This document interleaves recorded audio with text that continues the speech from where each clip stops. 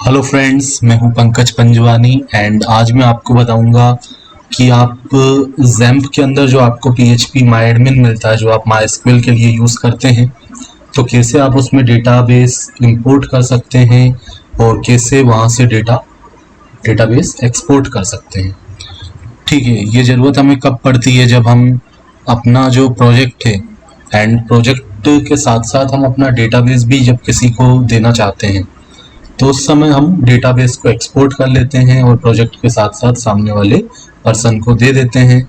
या हमारा जो प्रोजेक्ट है वो हमें किसी दूसरे पीसी में ट्रांसफ़र करना है, तो हम क्या करते हैं, डेटाबेस एक्सपोर्ट करके दूसरे पीसी में उसको इंपोर्ट कर लेते हैं, ताकि हमें सारा का सारा जो डेटा है, हमने जो इंसर्शन किया है या जो भी अदर क्वेरीज चलाई हैं, वो हमें फिर से ना लिखनी पड़े। ठीक है, तो आज मैं वही आपको बताने वाला हूँ। ठीक है, सबसे पहले तो जैम्प हम स्टार्ट कर लेते हैं। ठीक है, तो मेरे पास यहाँ पे मल्टीपल जैम्प हैं, आप देख रहे हैं 2-3 फोल्डर हैं जैम्प के, अलग अलग नाम से मैंने बनाए हुए हैं। ठीक है, आपका आई होप कि एक ही होगा। अगर आपने भी मल्टीपल रखे हैं या रखना चाहते हैं, तो कैसे मल्टीपल को आप हैंडल कर सकते हो, उसका एक सेपरेट वीडियो आपको मेरे चैनल पे मिल जाएगा। ठीक है, how to install multiple XAMPP on single PC, वो आप देख सकते हैं।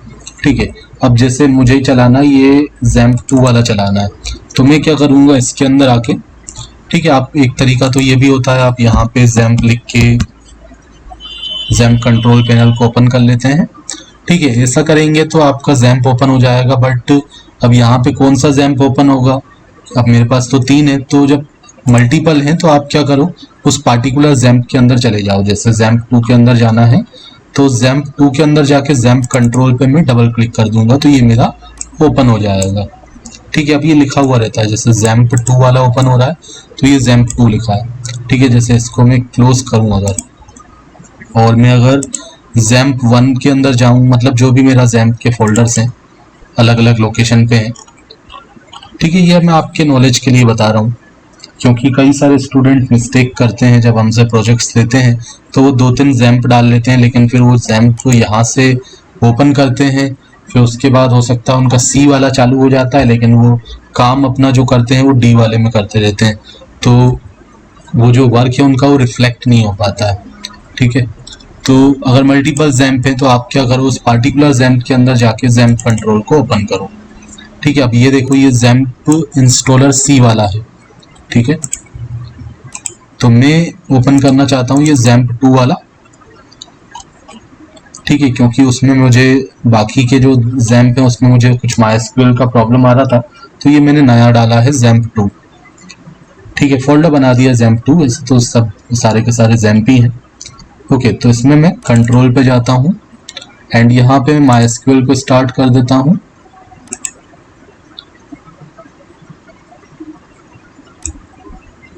एंड उसके अलावा मैं अपाचे को स्टार्ट कर देता हूँ। ठीक है, दोनों स्टार्ट हो गए, दोनों स्टार्ट होने चाहिए, ये ग्रीन कलर आना चाहिए। ठीक है, पहली बार में देखो नहीं हो पाया था, तो दूसरी बार फिर मैंने ट्राई किया तो हो गया। ओके, अब मैं आपको ओपन करके दिखा देता हूँ PHP MyAdmin।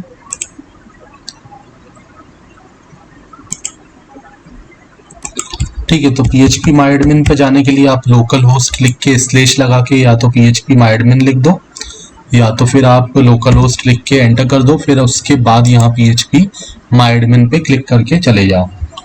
अब कोई भी पर्सन जो मुझसे प्रोजेक्ट लेता है, तो मैं भी क्या करता हूँ कि जो PHP का कोड होता है, ठीक है, अब जो MySQL है, PHP MyAdmin जो होता है MySQL के लिए होता है, तो जरूरी नहीं है कि PHP का ही कोड हो। आप किसी पाइथन का कोड या किसी बहुत सारे अलग अलग लैंग्वेज के साथ, किसी भी लैंग्वेज के साथ MySQL हम यूज़ कर सकते हैं। ठीक है, पाइथन के साथ भी यूज़ कर सकते हैं। आपका कोई रिएक्ट का प्रोजेक्ट है, उसमें भी आप जैम्प का यूज़ करके MySQL का डेटाबेस वहाँ पे भी कनेक्ट कर सकते हो। या फिर आपने स्प्रिंग बूट पे काम किया है, तो किसी भी प्रोजेक्ट में जावा का हो, किसी का भी हो, MySQL का डेटाबेस आप कहीं पे भी कनेक्ट कर सकते हो, तो वहाँ पे आप PHP MyAdmin को यूज़ कर सकते हो। ठीक है, तो अगर मैं क्या करता हूँ, मेरे प्रोजेक्ट को किसी को भेजता हूँ, है ना, तो मैं क्या करता हूँ, जो मेरा जो भी कोड होता है, सपोज PHP का है, तो PHP का कोड तो मैंने दे दिया। अब उसमें मैंने डेटाबेस भी डाला होगा। ठीक है, तो वो डेटाबेस भी मुझे देना पड़ेगा। ठीक है, ताकि उसको फिर से वहाँ पे टेबल्स ना क्रिएट करने पड़े। और वो टेबल्स अगर वहाँ क्रिएट करेगा तो कैसे उसको फील्ड्स वगैरह के नाम पता चल पाएंगे, कैसे उसको कंस्ट्रेंट्स का पता चल पाएगा, तो मिस्टेक्स कर देगा। इसीलिए हम यहाँ से डेटाबेस उसको भेज देते हैं ताकि वो इजीली इंपोर्ट कर ले। ठीक है, जैसे आप देख रहे हैं यहाँ पे मैंने एक प्रोजेक्ट बनाया था, उसका ये डेटाबेस है हॉस्पिटल रिएक्ट नाम का।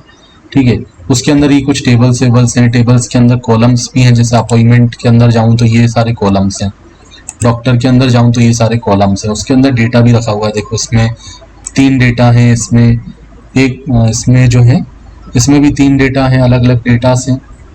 यूज़र के अंदर भी कुछ डेटा होगा। तो मुझे क्या करना है, इस डेटा को भेजना है, प्रोजेक्ट के साथ साथ इस डेटाबेस को भेजना है। ठीक है, जो भी मुझसे प्रोजेक्ट लेगा उसको मैं ये डेटाबेस भी दूंगा। तो कैसे दूंगा, तो उसके लिए मुझे क्या करना पड़ेगा, इसको पहले एक्सपोर्ट करना पड़ेगा। तो जो भी डेटाबेस को आपको एक्सपोर्ट करना है उस पर आपको जाना पड़ेगा। जैसे ये होम का आइकॉन है, मैं होम पे आ गया। तो अभी मेरा कोई भी डेटाबेस सिलेक्ट नहीं है। अब मुझे ये हॉस्पिटल रिएक्ट को सिलेक्ट करना है, तो इसको मैंने सिलेक्ट कर लिया। ऊपर ये नाम लिख के आ जाएगा हॉस्पिटल रिएक्ट। अब मैं इसको एक्सपोर्ट कैसे करूंगा, मैं एक्सपोर्ट के बटन पे क्लिक करूंगा। तो यहाँ पे मुझे फॉर्मेट पूछेगा कैसा चाहिए आपको, टेक्स्ट फाइल चाहिए, एसक्यूएल फाइल चाहिए, अलग अलग तरीके से यहाँ पे ऑप्शन आएगा। सीएसवी के फॉर्म में चाहिए, एक्सेल के फॉर्म में चाहिए, तो मुझे एसक्यूएल के फॉर्म में चाहिए। तो एसक्यूएल को सिलेक्ट करके मैं यहाँ पे गो पे क्लिक करूंगा। तो मेरे पास एक फाइल यहाँ पे डाउनलोड होके आ जाएगी, जो भी हमारे डेटाबेस का नाम होता है। ठीक है, डेटाबेस का नाम आप देख रहे हो यहाँ पे हॉस्पिटल रिएक्ट है, तो उसी नाम की फाइल आपकी डाउनलोड हो जाएगी। एंड डॉट के बाद एसक्यूएल लिखा रहेगा। ठीक है, आप यहाँ पे जो है ये सारे जो टेबल्स हैं, अपॉइंटमेंट, डॉक्टर, पेशेंट, यूजर, चारों टेबल इसके अंदर, चारों टेबल का जो एसक्यूएल है इसके अंदर आ चुका होगा। बट अगर मैं किसी पार्टिकुलर उसके अंदर जाता हूँ, जैसे मैं अपॉइंटमेंट के अंदर जाता हूँ, तो अब मैं हॉस्पिटल रिएक्ट के अंदर अपॉइंटमेंट के अंदर हूँ। अब यहाँ पे अगर मैं एक्सपोर्ट करूँगा ना, तो मुझे केवल अपॉइंटमेंट वाले टेबल का डेटा ही यहाँ पे मिल पाएगा, बाकी सबका नहीं मिल पाएगा। तो यहाँ देखो अपॉइंटमेंट डॉट एसक्यूएल आ रहा है। तो आप यहाँ पे ध्यान दो, अगर सिंगल टेबल का आपको एसक्यूएल जो है डाउनलोड करना है, तो आप उस सिंगल टेबल के अंदर जाओ एंड उसको डाउनलोड करो। बट मेनली हमें ज़रूरत पड़ती है कि जब हम प्रोजेक्ट देते हैं तो हमें सारे टेबल्स भेजने होते हैं। ठीक है, तो आप क्या करोगे, तो ये दोनों मैंने बता दिए। सिंगल टेबल भी अगर आपको चाहिए तो उस पार्टिकुलर पे जाके आप एक्सपोर्ट करो। तो उस टेबल का जो स्ट्रक्चर होगा, उस टेबल के अंदर जो इंसर्शन आपने किया होगा, उसमें जो कंस्ट्रेंट्स लगाए होंगे वो आप एक्सपोर्ट कर रहे हो। और अगर आप बाहर वाला जो आउटर डेटाबेस का नाम है उसको सेलेक्ट करके जब एक्सपोर्ट करोगे ना, तो उसके अंदर वाले सारे के सारे जो टेबल्स हैं वो एक्सपोर्ट हो जाएंगे। ठीक है, तो वही हमें करना है। तो ये मैंने यहाँ पे एक्सपोर्ट कर लिया एंड यहाँ पे हमारे पास ये डॉट एसक्यूएल वाली फाइल आ चुकी है। एक्सटेंशन इसका डॉट एसक्यूएल रहता है। तो इस तरीके से हम एक्सपोर्ट करते हैं। अब किसी को जब हम देते हैं ना, तो यही फाइल हम अपने जो PHP वगैरह का जो कोड है उसके साथ साथ की फाइल उसको भेज देते हैं, ताकि वो कोड वगैरह कैसे रन करना है उसको पता होगा XAMPP वैम्प में htdocs के अंदर डाल के। एंड उसके अलावा ये डेटाबेस भी उसको इम्पोर्ट करवाना पड़ेगा। अब इम्पोर्ट करवाना है तो क्या क्या किस किस तरीके से हम कर सकते हैं वो मैं बताता हूँ। अब इसमें तो ऑलरेडी मेरे सिस्टम में तो ये बना हुआ है। ठीक है, जैसे फॉर एग्जांपल अगर मैं इसको डिलीट कर देता हूँ यहाँ पे। ठीक है, डिलीट कैसे करना है, तो ये हॉस्पिटल रिएक्ट का मेरा जो अभी जैसे अगर मैं इंपोर्ट करूँगा ना, एक चीज़ और बता देता हूँ। जैसे अगर डेटाबेस आपने ऑलरेडी क्रिएट कर लिया, हॉस्पिटल रिएक्ट यहाँ पे ऑलरेडी है। अब मैं क्या करूँगा, अगर इसको यहीं पे इंपोर्ट कर लूँगा।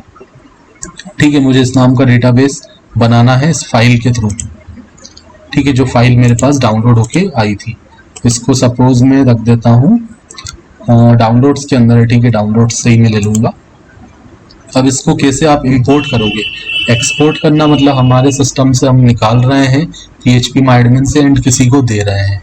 और इंपोर्ट करना मतलब कोई अपने PHP MyAdmin के अंदर डालेगा, बट मेरे उसमें तो ऑलरेडी है। तो अगर ऑलरेडी है तो ये इंपोर्ट नहीं करने देगा। मैं आपको दिखाता हूँ। इंपोर्ट पे गया, इंपोर्ट करने के लिए आप इंपोर्ट पे जाते हो एंड यहाँ ब्राउज करते हो। तो जहाँ पे भी आपका रखा हुआ है वो SQL वाला फाइल, तो मेरा कहाँ पे रखा हुआ है, मेरा यहाँ पे रखा हुआ है डॉक्यूमेंट्स के अंदर, सॉरी डाउनलोड्स के अंदर। तो ये मैंने इसको सिलेक्ट कर लिया एंड यहाँ पे ओके कर दिया। तो ये फाइल मेरी सिलेक्ट हो गई जहाँ पे भी थी। ठीक है, एंड इसको मैंने गो कर दिया तो ये इधर आ रही है नो डेटाबेस सिलेक्टेड। ठीक है, अब ये इधर इसीलिए आ रही है ना क्योंकि यहाँ पे क्या है, इस फाइल में हमें डेटाबेस क्रिएट करना पड़ेगा। ठीक है, अगर मैं इसको ओपन करके आपको दिखाऊं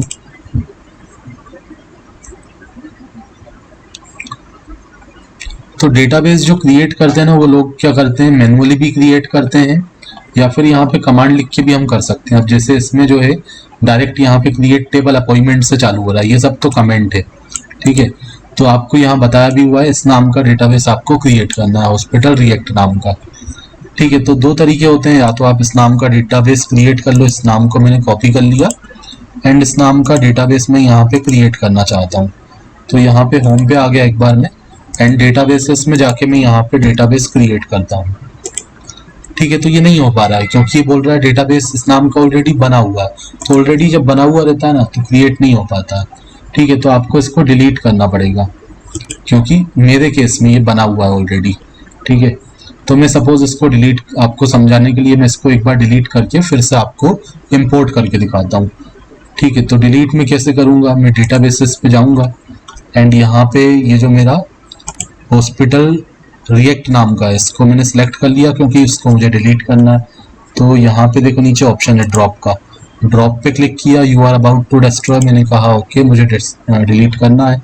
तो यहाँ से ये डिलीट हो गया, रिफ्रेश करके देखा अब नहीं है। अब मुझे उसको यहाँ पे डालना है, तो मैं कैसे डालूंगा, तो वो जो फाइल थी .sql वाली जो हमने एक्सपोर्ट की थी वो यहाँ पे ओपन करके रखी है VS कोड में, इसका नाम यहाँ से कॉपी कर लिया, डेटाबेस का नाम आप यहाँ से देख लो एंड इस नाम का डेटाबेस आप यहाँ बना लो। कहाँ बनाओगे, डेटाबेसेस में जाके, ये मैंने लिखा नाम, क्रिएट पे क्लिक किया तो एक डेटाबेस मेरा बन गया। अब इसके अंदर कोई टेबल नहीं है, यहाँ पे देखो आप किसके अंदर हो, हॉस्पिटल रिएक्ट के अंदर हो।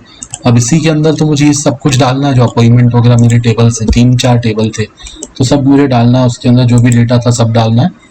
तो ये मैंने कॉपी कर लिया, कॉपी भी कर सकते हो और एक तरीका होता है इम्पोर्ट वाला, इम्पोर्ट पे चले जाओ। इम्पोर्ट पे गए, दोनों तरीके में बताया था मैं आपको। इम्पोर्ट पे गए एंड इसके बाद आपका जहाँ पे भी ये डाउनलोड्स के अंदर है तो इस फाइल को आपने सेलेक्ट कर लिया, ओपन पे क्लिक कर दिया।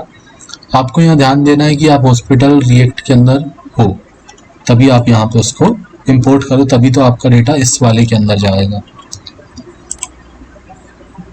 ठीक है, अब ये आ गया सक्सेसफुली। अब आप देखो यहाँ पे टेबल्स क्रिएट हो चुके हैं, डेटाबेस भी आ गया, डेटाबेस तो पहले ही आ गया था, अब उसके अंदर ये सारे टेबल्स भी आ गए, टेबल के अंदर सारा डेटा भी आ चुका है। ठीक है, एंड अब मैं आपको दूसरे तरीके से बताता हूँ। जैसे एक तो ये हो गया, अब सपोज मैं कोई दूसरा डेटाबेस लेता हूँ, मेरे पास एक और होगा, मेरी पेन ड्राइव में होगा, पेन ड्राइव को कनेक्ट कर लेता हूँ।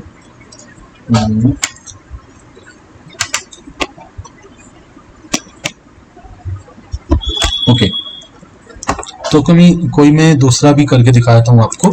ये मैंने पेन ड्राइव को कनेक्ट कर लिया, कहीं पे भी हो सकता है आपके सिस्टम में।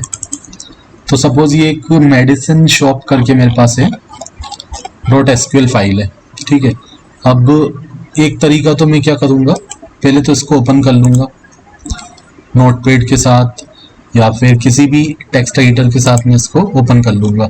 अब इसमें मैं नाम देखूँगा, नाम क्या है, मेडिसिन शॉप PHP, ये नाम है, इसी नाम से मुझे बनाना है। तो ये नाम मैंने कॉपी कर लिया। एक तरीका जो मैंने अभी आपको बताया था कि आप क्या करो, पहले होम पे चले जाओ, डेटाबेसेस में जाके यहाँ पे नाम दे दो एंड क्रिएट पे क्लिक करो, आपका डेटाबेस, पहले आपको डेटाबेस क्रिएट करना है। ठीक है, डेटाबेस क्रिएट कर लिया एंड यहाँ पे आपको देखना है नीचे कोई क्रिएट डेटाबेस वाली कमांड नहीं लिखी हुई, तो आपको ये ध्यान देना है कि आप डेटाबेस क्रिएट करो, उसके बाद इसको इंपोर्ट करवा लो। अब यहाँ से मैंने इंपोर्ट करवा लिया, इंपोर्ट पे गया, इसको सेलेक्ट कर लेंगे जहाँ पे भी आपका रखा हुआ है, ये रखा हुआ है मेडिसिन शॉप वाला, एंड इसको सेलेक्ट करके मैं यहाँ पे गो पे क्लिक कर दूंगा। तो ये आप देखो उस डेटाबेस के अंदर ये सारे टेबल्स आ गए। ठीक है, बट कई बार क्या भी होता है ना कि ये जो है, ठीक है, आप तो यही तरीका वैसे फॉलो करो, जो बिगनर से ये तरीका फॉलो कर सकते हैं, बट मैं दूसरा भी आपको बताता हूँ। जैसे कि इसको मैं वापस डिलीट कर देता हूँ, डेटाबेसेस में गया, मैं इसको डिलीट कर देता हूँ, मेडिसिन शॉप वाले को ड्रॉप कर देता हूँ। ओके, अब नहीं है। ठीक है, तो अब मैं दूसरा तरीका आपको बताता हूँ कि ये जो आप एसक्यूएल फाइल ओपन करोगे वहाँ पे आप यहाँ पे कमांड लिख सकते हो। ठीक है, आपको मैनुअली खुद से वहाँ पे क्रिएट नहीं करना है। अभी आप क्या कर रहे थे, पहले वहाँ पे डेटाबेस में जाके डेटाबेस का नाम दे रहे थे, फिर क्रिएट पे क्लिक कर रहे थे, फिर उसके अंदर इंपोर्ट करवा रहे थे। वो दूसरा तरीका ये है कि क्रिएट डेटाबेस लिखो, फिर जो नाम यहाँ पे दिया है, तो ये हम कमांड्स के थ्रू कर रहे हैं कि डेटाबेस भी हमें खुद से बनाना है, इस नाम का बनाना है, और ये बता दिया। इसी को यूज़ करना, मतलब जो भी नीचे कमांड टेबल्स वगैरह हमने बनाया ना, सब इसके अंदर बनने चाहिए। तो अब आप इसको कॉपी करके क्या करो, सबसे पहले होम पे आ जाओ, एसक्यूएल में जाओ। ठीक है, सेकंड ऑप्शन में दे रहा हूँ, सेलेक्ट कर रहा हूँ एसक्यूएल। एसक्यूएल में जाके मैंने यहाँ पे इसको पेस्ट कर दिया। ठीक है, अब आपको ध्यान देना है कि ये जो आप डेटाबेस यहाँ क्रिएट कर रहे हो, इस नाम का ऑलरेडी बना हुआ नहीं होना चाहिए साइड में। ठीक है, क्योंकि एक नाम का डेटाबेस एक ही बार बनता है। तो अगर आपने डेटाबेस ऑलरेडी यहाँ बना लिया है तो ये लाइन आप उसमें मत लिखो। ठीक है, कई लोग ये मिस्टेक करते हैं कि यहाँ पे क्या करते हैं, एक बार वो डेटाबेस इंपोर्ट कर लेते हैं, फिर उसके बाद बार बार इंपोर्ट करने लगते हैं, तो उनको इधर आने लगती है। ठीक है, या फिर पहले क्रिएट कर लेते हैं, फिर कोड जो डालते हैं तो उसमें ऑलरेडी ये लिखा हुआ रहता है, अगर तो वो नहीं क्रिएट होगा ना, तो ये लाइन आपको फिर हटा देनी चाहिए। ठीक है, तो अब मैं आपको जैसे करके दिखाता हूँ। ठीक है, अब आपका यहाँ पे ये क्रिएट हो चुका होगा, क्रिएट भी खुद से हुआ, मैंने नहीं क्रिएट किया, मैंने क्रिएट की कमांड लिख दी थी एसक्यूएल के अंदर, उसी को मैंने एक बार गो पे क्लिक करके एग्जीक्यूट कर दिया, तो डेटाबेस भी क्रिएट हो गया, उसके अंदर सारे टेबल्स भी आ गए। ठीक है, अब कई लोग क्या करते हैं कि जैसे अभी ऑलरेडी बन चुका है, तो कई लोग क्या फिर से इसी को डालने लगेंगे, ये फिर से डाल दिया। अब उनका इधर आ जाएगा कि आपका डेटाबेस तो ऑलरेडी बना हुआ है। ठीक है, ये क्रिएट डेटाबेस की कमांड लिखी हुई है, तो उनको मैसेज आएगा डेटाबेस आपका ऑलरेडी बना हुआ है। ठीक है, ये नहीं होगा, कांट क्रिएट डेटाबेस का मतलब है डेटाबेस इस नाम का ऑलरेडी एग्जिस्ट करता है। ठीक है, तो ये समझ गए। अब सपोज आपका डेटाबेस है एंड डेटाबेस आपने क्रिएट कर लिया था, बट आपने ये पेस्ट किया यहाँ पे, और मतलब आपका डेटाबेस तो है, उसके अंदर टेबल्स नहीं है। फॉर एग्जांपल अगर मैं इसके अंदर टेबल्स को डिलीट कर दूं, ये मैंने सारे, इस बार डेटाबेस नहीं डिलीट किया, डेटाबेस के अंदर जाके टेबल्स को ड्रॉप कर देता हूँ, सारे के सारे टेबल को यहाँ पे मैं ड्रॉप करता हूँ, यस कर दिया। तो अब डेटाबेस है लेकिन टेबल्स नहीं है। तो अब अगर आप इस कोड को यहाँ पे पेस्ट करोगे ना, तो अब आपको ध्यान देना है कि आपने डेटाबेस तो आपके पास ऑलरेडी है। ठीक है, मतलब ये लाइन आपको नहीं चलाना है, क्योंकि डेटाबेस हो आपके पास ऑलरेडी है। अगर ये लाइन लिख के आप चलाओगे ना, तो आपको इधर आएगी कि डेटाबेस आपका ऑलरेडी क्रिएटेड है, एंड उसके आगे वाला कोड भी नहीं चलेगा, मतलब टेबल्स जो क्रिएट होने थे वो भी नहीं चल पाएगा, क्योंकि पहली लाइन में इधर आ गई। ठीक है, तो आपको ध्यान रखना, अगर डेटाबेस आपका क्रिएटेड है और आप अब अगर इसको चला रहे हो, तो उस समय आपको ये लाइन हटा देना है। क्यों हटा देना है? क्योंकि इस लाइन का काम आपका हो चुका है, वो मैनुअली आपने जो इंटरफेस के थ्रू था उससे कर दिया, कमांड लिखने की आपको ज़रूरत नहीं है। ठीक है, तो ये आपका डेटाबेस ऑलरेडी यहाँ पे है। तो अब क्या आप करोगे, पहली वाली लाइन को हटा के उसके बाद गो पे क्लिक करोगे। ठीक है, तो अब आपका इसके अंदर टेबल्स भी आ जाएंगे।